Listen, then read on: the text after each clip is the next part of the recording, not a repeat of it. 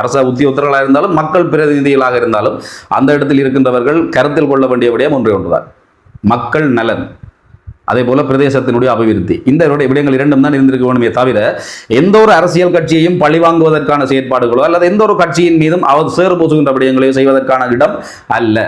இது ஒரு தேர்தல் பிரச்சார காலமான இடமும் அல்ல. இது பாராளுமன்றத்தில் கத்துவது போல கத்துவதற்கான இடமும் அல்ல. சில விடயங்களை ஆதாரங்களாக கொண்டு செல்வதற்கும் சில விடயங்களை பேச உருளாக்கிக் கொள்வதற்கும் பாராளுமன்றத்தில் இதை பற்றி கதைச்சு பாராளுமன்ற அமர்வுகளையும் நடைபெறப் போகின்ற நல்ல விடயங்களை குழப்புவதற்காக எடுத்துக்கொள்ளக்கூடிய கருத்தாகத்தான் இதை நாங்கள் பார்க்கின்றோம். மக்களாக ஒரு வித்தியாசமான ஒரு ஸ்கிரீன் எங்களுக்கு நீங்கள் காட்டலாம் நினைச்சீங்கன்னு சொன்னால் அது தவறு. என்று சொன்னால் எத்தனையோ வருடமான பட்டறிவோடையும் அதிலிருந்து தெளிவு பெற்றவர்களாக இன்றைக்கு மக்கள் சரியாக முடிவெடுத்துக் கொண்டிருக்கிறார்கள்.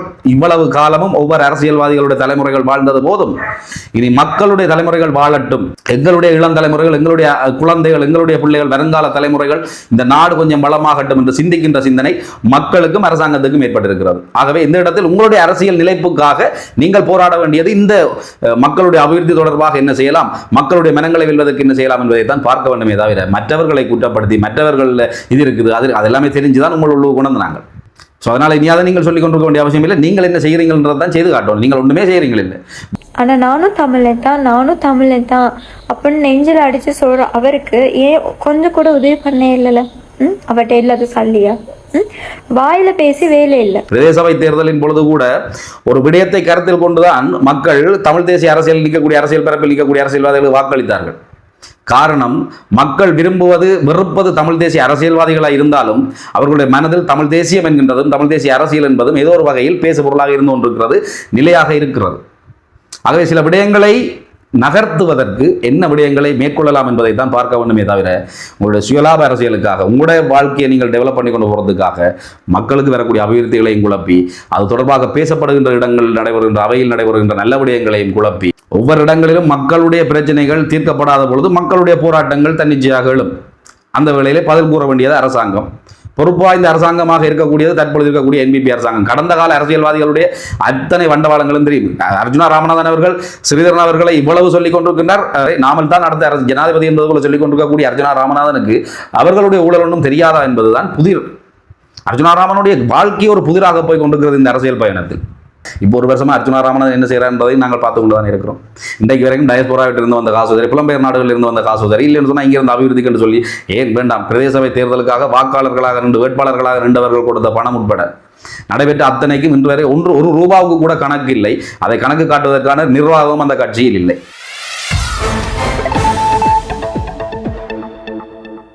தாய் தமிழ் உறவுகளுக்கு வணக்கம். நான் திலீஷ் சிங்கராஜா. மீண்டும் ஒரு காணொலி வாயிலாக உங்களை சந்திப்பதில் மிக்க மகிழ்ச்சி. இந்த காணொலியில் என்ன விடயம் அப்படின்னு சொல்லி பார்த்தீங்கன்னு சொன்னால், நேற்றைய தினம் இடம்பெற்ற டிசிசி மீட்டிங்கில் மிகப்பெரிய ஒரு குழப்பம், ஒரு சர்ச்சை இடம்பெற்றிருந்ததை காணொலிகளூடாக நீங்கள் பார்த்திருப்பீர்கள், நானும் பார்த்திருக்கின்றேன்.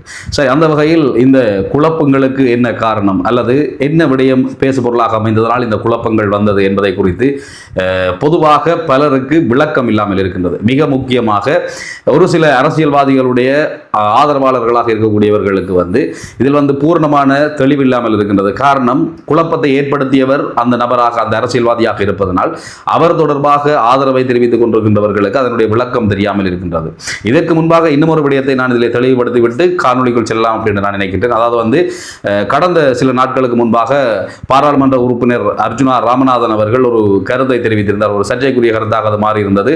இந்த நல்லூர் கோவில் தொடர்பாக ஒரு கருத்தை அவர் தெரிவித்திருந்த பொழுது அது சர்ச்சைக்குரிய கருத்தாக மாறி இன்று பல மக்கள் மத்தியிலும் ஒரு விஷனத்தை ஏற்படுத்தி இருந்தது.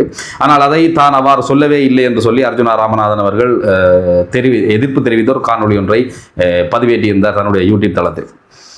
அந்த வேளையில் அவர் பதிவேற்றிய காணொலியில் இருந்தே இவர் கூறியிருக்கின்றார் என்பதை நான் ஒரு காணொலியாக பதிவேற்றியிருந்தேன். அதை பலரும் காணொலியாக பதிவேற்றியிருந்தார்கள். உண்மையிலேயே நீங்கள் கூறியிருக்கின்றீர்கள் என்று சொல்லியிருந்தார்கள். ஆனால் இன்று வரை இந்த அர்ஜுனா ராமநாதன் அவர்களுடைய ஆதரவாளர்களுக்கு இது தொடர்பாக சரியான விளக்கம் இல்லாமலே இருக்கின்றது. அதாவது ஆரம்பத்தில் இருந்த நல்லூர் கோயிலில் இருந்த கற்களை எடுத்து கோட்டை கட்டினார்கள். அதே போல நல்லூர் ஆலயம் இருந்த இடத்தில் தேவாலயத்தை கட்டினார்கள்.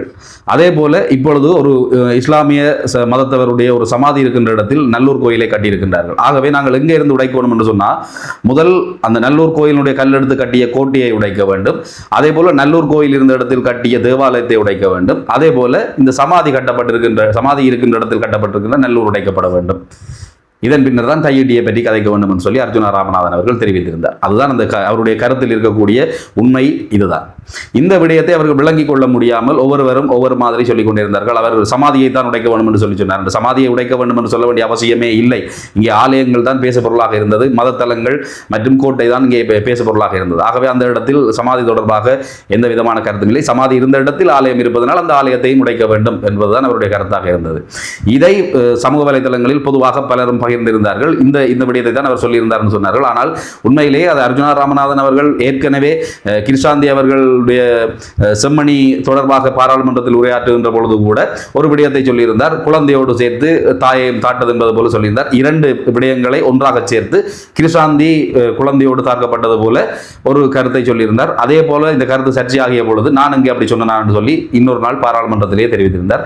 இதே போல இந்த நல்லூர் கோயில் தொடர்பாக அவர் தெரிவித்த கருத்தையே மீண்டும் நான் இங்கே சொன்னான் என்று சொல்லியிருந்தார். இது ஒரு சர்ச்சைக்குரிய கருத்தாக இருந்தது. ஆனால் உண்மையிலேயே நடந்த விஷயம் இதுதான். இதைத்தான் அவர் சொல்லியிருந்தார் என்பதை இந்த இடத்துல நான் மீண்டும் தெளிவுபடுத்துகிறேன். இதுக்கு பிறகு உங்களுக்கு விளங்காட்டில் தயவு செய்து என்னட்ட வராதேங்கோ. நான் இதுக்கு மேலே உங்களுக்கு விளங்கப்படுத்த இயலாது.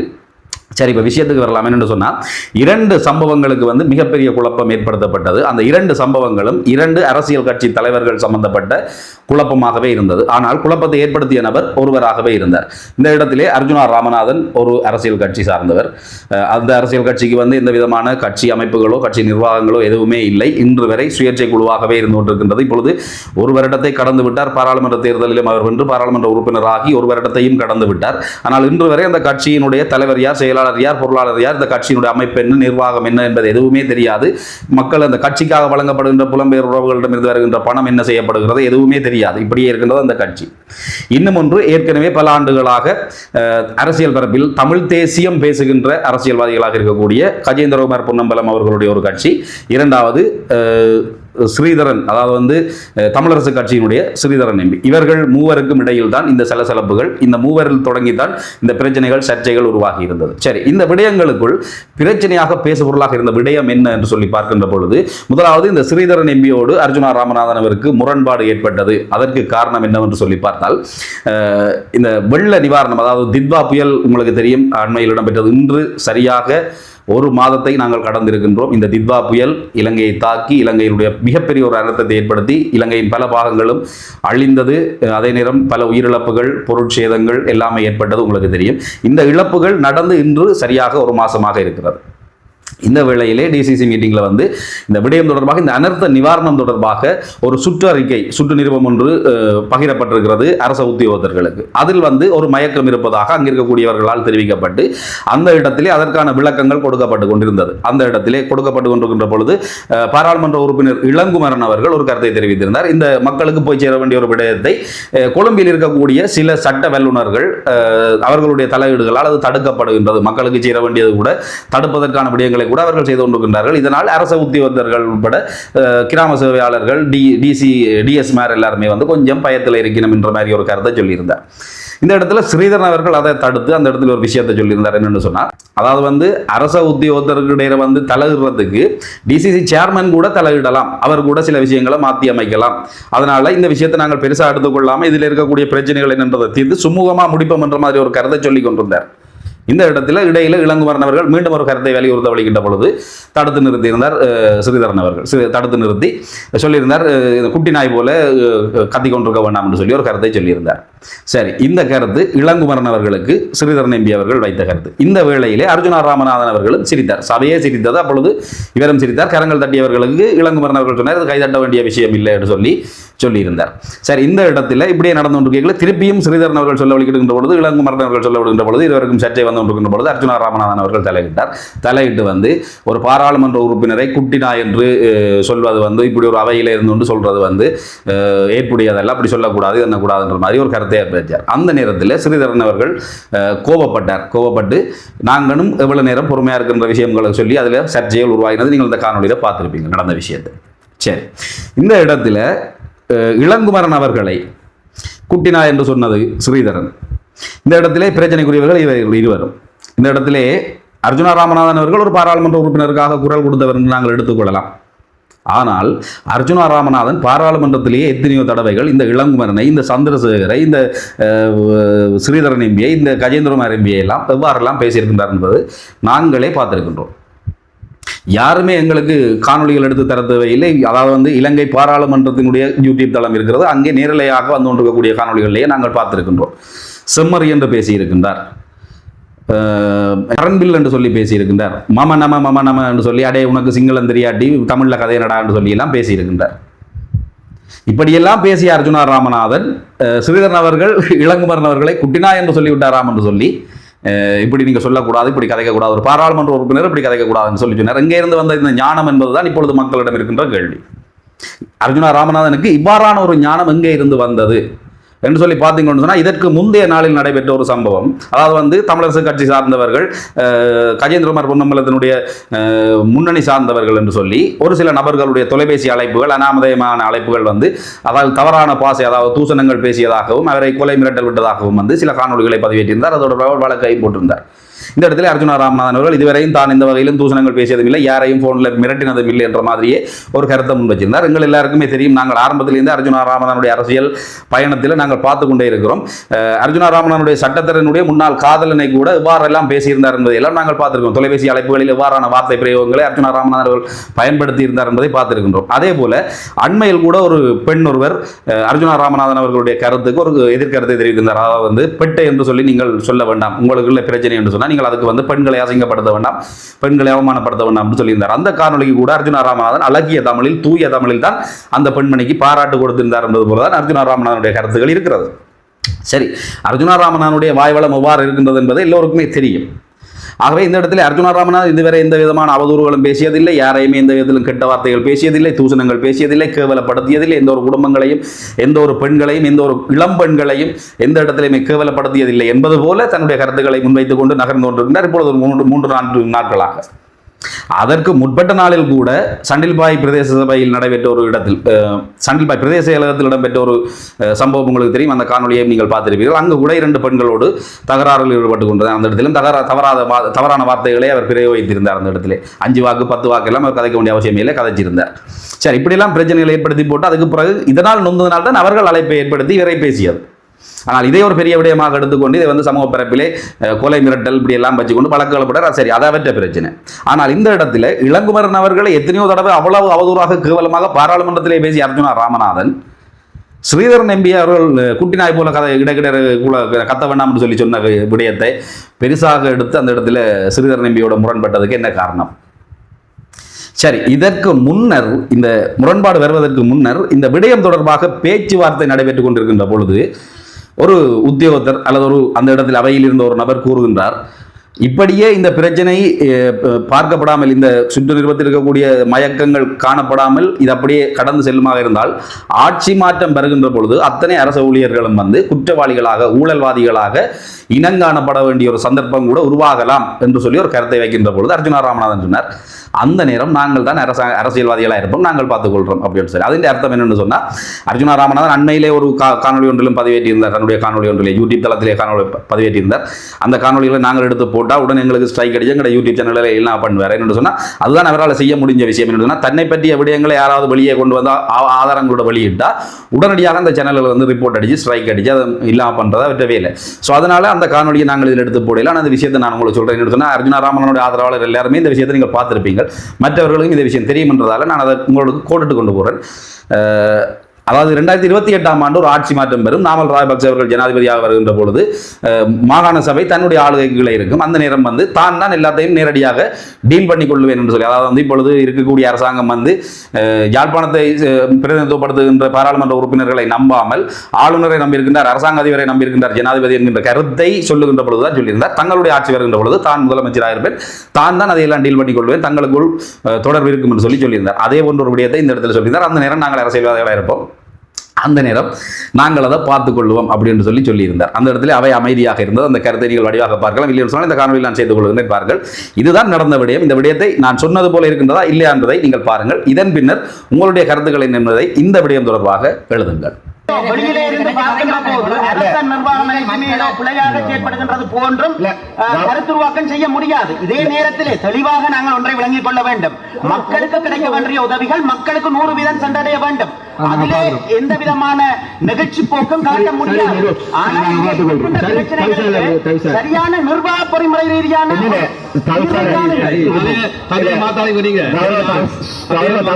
என்னென்றால் சுற்றறிக்கையில எந்த விதமான ஒரு நிமிஷம் அவரை கதைக்க முடியும். அதுக்கு பிறகு நீங்கள் கதை சொல்லிட்டாரு. ஐயா அவர் வந்து கதையை மாத்திர டைவர்ட் பண்றாரு. ஒரு மாவட்ட குழு நான் ஒரு சுற்றறிக்கை சம்பந்தமாக சுற்றறிக்கையிலே பிரச்சனை காணப்பட்டால் நாளைக்கு ஆட்சி மாற்றம் ஏற்பட்டால் அந்த அரசாங்க உத்தியோகத்தர்களும் கணக்காய்வின் முன்னும் ஊழல்வாதிகளாகவும் காட்டப்படக்கூடிய சந்தர்ப்பம் இருக்கின்றது. அதே நேரத்தில் மக்களுக்கு கிடைக்க வேண்டிய விடயங்களிலே எந்த மாற்றத்தையும் அரசாங்க உத்தியோகத்தர்கள் அரசியல்வாதியா இருப்போம். அப்ப நான் பார்த்துக் கொள்றோம். எங்களுக்கு என்ன சார் ஜிஎஸ் ஆகள்கிட்ட சிக்னேச்சர் எடுக்காட்டி நாங்கள் அடுத்த வேலை செய்யலாது. அதால் அப்படி அதுக்கு மேலே போகிறதாக இருந்தால் நாங்கள் அந்த எங்களுக்கு தரப்பட்ட அதிகாரத்தை பயன்படுத்தி ஒரு குழு அமைச்சு தான் சார் செய்யணும். அதால் இன்றைக்கு விடிய காலமே அவங்கள 3 பேரையும் கூப்பிட்டு வச்சு எல்லாம் கதைச்சதுக்கு பிறகுதான் இந்த 422 நான் எடுத்தேன் சார். நீங்க திருப்பி காசு கொடுக்கணும் டிஎஸ் சொல்லி கொடுக்குற காசையும் குழப்புற விதமாக தில்லுமுள்ளாலதான் டிஎஸ் பயந்து போய் நிற்கிறான்.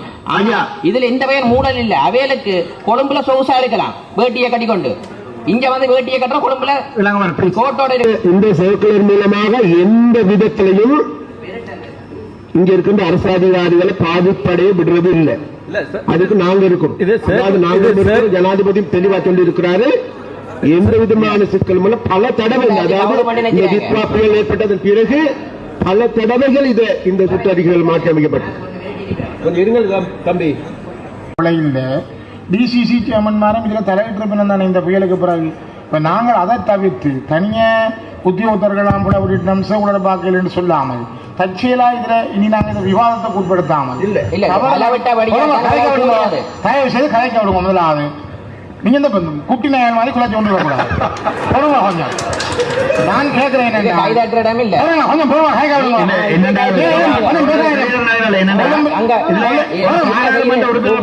குட்டி நாய் பெரிய மரியாதை கொடுத்து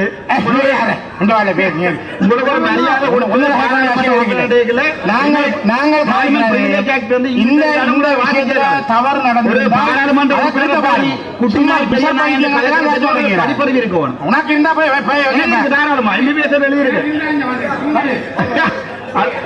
இந்த காணொலியை நீங்கள் இப்பொழுது பார்த்திருப்பீர்கள். உங்களுக்கு இது தெளிவாக விளங்கி இருக்கும். இரண்டாவது விஷயம் இதில் என்னென்னு சொன்னால், இது டிசிசி மீட்டிங் என்று சொல்லுகின்ற பொழுது ஒரு மாவட்டத்தினுடைய அபிவிருத்தி தொடர்பாக உயர்மட்டத்தில் இருக்கக்கூடிய அந்த அபிவிருத்தி தொடர்பான அத்தனை அதிகாரிகளும் அங்கே இருந்து அதில் இருக்கக்கூடிய நன்மை தீமைகளை பேசிக்கொள்வதும், அதே நேரம் இப்பொழுது வருட கடைசி என்பதனால் இந்த வருடத்துக்குள் நிறைவு செய்ய வேண்டிய நிதி, அதாவது அரசாங்கத்தால் கொடுக்கப்பட்ட நிதி நிறைவு செய்யப்பட்டிருக்கிறதா, பூர்த்தியாக்கப்பட்டிருக்கிறதா என்கின்ற விடயங்களை எல்லாவற்றையுமே பேசி கலந்து ஆலோசிக்கின்ற ஒரு கூட்டம். இந்த இடத்துல மக்களுடைய அபிவிருத்தியை மட்டுமே அங்கே இருக்கக்கூடிய ஒவ்வொருவரும் கருத்தில் வைத்திருக்க வேண்டும். அரச உத்தியோகத்தர்களாக இருந்தாலும் மக்கள் பிரதிநிதிகளாக இருந்தாலும் அந்த இடத்தில் இருக்கின்றவர்கள் கருத்தில் கொள்ள வேண்டிய விடயம் ஒன்றுதான் மக்கள் நலன், அதே போல பிரதேசத்தினுடைய அபிவிருத்தி. இந்த விடயங்கள் இரண்டும் தான் இருந்திருக்க வேண்டுமே தவிர எந்த ஒரு அரசியல் கட்சியையும் பழிவாங்குவதற்கான செயற்பாடுகளோ அல்லது எந்த ஒரு கட்சியின் மீதும் அவர் சேறு பூசுகின்ற விடயங்களையோ செய்வதற்கான இடம் அல்ல. இது ஒரு தேர்தல் பிரச்சார காலமான இடமும் அல்ல. இது பாராளுமன்றத்தில் கத்துவது போல கத்துவதற்கான இடமும் அல்ல. இது மக்களுடைய, அதாவது பாராளுமன்றத்தில் பேசப்படுகின்ற விடயங்களில் இருந்து, பாராளுமன்றத்தில் ஒதுக்கப்படுகின்ற வரவு செலவு திட்டங்களில் இருந்து, பாராளுமன்றத்தில் எடுக்கப்படுகின்ற நிதிகளில் இருந்து ஒவ்வொரு மாவட்டங்களுக்கும் ஒதுக்கப்படுகின்ற நிதிகள் சரியாக சென்றடைந்திருக்கின்றதா, அதனுடைய அபிவிருத்திகள் நிறைவேற்றிருக்கின்றதா, மக்கள் சரியாக கவனிக்கப்பட்ட இருக்கிறார்களா என்பதை எல்லாவற்றையுமே அறிந்து ஆலோசிக்கின்ற ஒரு இடத்துல ஒரு அரசியல் கட்சி மீது சேருவதற்கான களமாக அதை மாற்றுவது யாருக்குமே அங்கே அனுமதி இல்லை. அப்படி இருப்பவர்கள் மக்களுடைய நலன் சார்ந்து சிந்திப்பவர்கள் அல்ல. அவர்கள் தங்களுடைய சுயலாப அரசியல் செய்கின்றவர்களாகவே கருதப்படுவார்கள். இந்த வகையில் பார்க்கின்ற பொழுது ஒரு பிரச்சனை தொடர்பாக ஒவ்வொருவருடைய கருத்துக்கள் வந்து கொண்டிருக்கின்ற போது இது தொடர்பாக தன்னுடைய கருத்துக்களையும் வைத்து இதை நாங்கள் பெரிதுபடுத்தாமல் இதை அப்படியே பேசி தீர்த்து கொள்ளலாம் என்பது போல ஸ்ரீதரன் அவர்கள் கருத்து சொல்லிக் கொண்டிருக்கின்ற பொழுது இளங்குமரன் அவர்களுடைய கருத்து கொஞ்சம் சாடமாடியாக இருந்தது. ஒரு அரசியல்வாதி, கொழும்பில் இருக்கக்கூடிய ஒரு அரசியல்வாதியை குறித்து அவர் பேச்சை வைத்திருக்கின்ற பொழுது அந்த நபருக்குரியவர் ஸ்ரீதரனோடு தொடர்புடையவர் என்பது போல ஒரு கருத்தாடல் அதில் இருந்தது. அதை நாங்கள் கவனித்திருப்போம். இருப்போம். ஆகவே அந்த விடயத்தை கருத்தில் எடுத்துக்கொண்டு சிறிதன் அவர்கள் கருத்து சொல்லியிருந்தார். வழக்கு போட்டு தான் இதெல்லாம் பண்ண வேண்டிய அவசியம் இல்லை, டிசிசி சேர்மனாக இருக்கக்கூடியவர்கள் கூட அதிகாரிகளோடு செயற்பட்டு இதை மாற்றலாம் என்ற மாதிரி ஒரு கருத்தை தான் முன்வைக்க வெளிக்கிட்டார். இந்த இடத்துல திருப்பி இளங்குமரன் வந்த நேரம் அவர் அந்த கருத்தை சொல்லியிருந்தார். இது அவர்களுக்குள்ள பிரச்சனை. இந்த இடத்தை பெருசாக்கி அதில் 15 வருஷம் இவங்க இதைத்தான் செய்தவங்க, இப்படித்தான் செய்தவங்க, அப்படித்தான் செய்தவங்க. இப்போ ஒரு வருஷமா அர்ஜுனா ராமநாதன் என்ன செய்யறார் என்பதை நாங்கள் பார்த்து கொண்டு தான் இருக்கிறோம். இன்றைக்கு வரைக்கும் டயஸ்போராவிட்டு இருந்து வந்த காசு உதவி, புலம்பெயர் நாடுகளில் இருந்து வந்த காசு உதவி இல்லைன்னு சொன்னால் இங்கிருந்து அபிவிருத்திக்கு என்று சொல்லி ஏன் வேண்டாம், பிரதேச சபை தேர்தலுக்காக வாக்காளர்களாக வேட்பாளர்களாக நின்றவர்கள் கொடுத்த பணம் உட்பட நடைபெற்ற அத்தனைக்கும் இன்று வரை ஒரு ரூபாவுக்கு கூட கணக்கு இல்லை. அதை கணக்கு காட்டுவதற்கான நிர்வாகம் அந்த கட்சியில் இல்லை. இப்படி இருக்கக்கூடிய நபர், இந்த நபர்களை பற்றி அல்லது இந்த அரசு அவர்களுக்குள் களவு இருக்கிறது இல்லை என்று நாங்கள் சொல்ல மாட்டோம், ஏற்றுக்கொள்ளுகின்றோம். ஒவ்வொரு அரசியல்வாதிகளுக்குள்ளும் ஏதோ ஒரு வகையில் ஊழல் இருக்கிறது, ஒவ்வொரு பிரச்சனைகள் இருக்கிறது என்பதெல்லாம் தெரியும். அதனால் தான் உங்களுக்கு எல்லாம் சந்தர்ப்பங்கள் கிடைத்த அரசியல் செய்வதற்கு. இல்லை என்று சொன்னால் எவ்வாறான சந்தர்ப்பங்கள் உங்களுக்கு ஏற்படுத்தப்பட்டிருக்கும். ஆகவே மக்கள் தெளிவாக இருந்து கொண்டு சில விடயங்களை உங்களுடைய கரங்களில் கொடுக்கல, நீங்கள் அதுக்கான சரியான தாற்பயத்தையும் அதற்கான சரியான பொறுப்பையும் நீங்கள் எடுத்துக்கொள்ள வேண்டியவர்களாக இருக்கின்றீர்கள். ஆனால் அதிலிருந்து தவறி விட்டு உங்களுடைய வார்த்தை பிரயோகங்களும் தவறு, நீங்கள் அந்த இடத்திலிருந்து செய்யக்கூடாத விடயத்தையும் செய்து மக்களுக்கு வரக்கூடிய அபிவிருத்திகள், மக்களுடைய அபிவிருத்தி தொடர்பில் பேசப்படுகின்ற இடங்களில் உங்களுடைய தவறான வார்த்தைகளையும் உங்களுடைய சுயலாப அரசியல் வேலைகளையும் நீங்கள் செய்து கொண்டு, பம்மாத்து அரசியல் வேலையும் செய்து கொண்டு, இனி வரப்போகின்ற ஒரு அரசியல்வாதிகளுக்காக, இனி வரப்போகின்ற ஒரு ஆட்சிக்காக உங்களுடைய செம்புகளை நீங்கள் தூக்கி கொண்டிருப்பதெல்லாம் தவறான விடயம். இது வருகின்ற நாட்களிலும் தொடர்கின்ற பொழுது மக்கள் பார்த்து கொண்டிருப்பார்கள் என்பது கூட கேள்விக்குறி.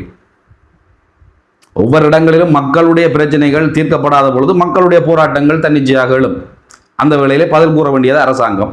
பொறுப்பாய்ந்த அரசாங்கமாக இருக்கக்கூடியது தற்பொழுது இருக்கக்கூடிய என்பிபி அரசாங்கம். கடந்த கால அரசியல்வாதிகளுடைய அத்தனை வண்டவாளங்களும் தெரியும். அர்ஜுனா ராமநாதன் அவர்கள் ஸ்ரீதரன் அவர்களை இவ்வளவு சொல்லிக் கொண்டிருக்கின்றார். ஏன் கடந்த காலங்களில் இருந்த ரணில் விக்ரமசிங்கவையோ அல்லது மஹிந்த ராஜபக்சவையோ அல்லது கோத்தபா ராஜபக்சனுடைய ஆட்சியின் அதிகாரங்களில் நடைபெற்ற ஊழல்கள் பற்றி ஒன்றுமே தெரியாது அர்ஜுனா ராமநாதனுக்கு.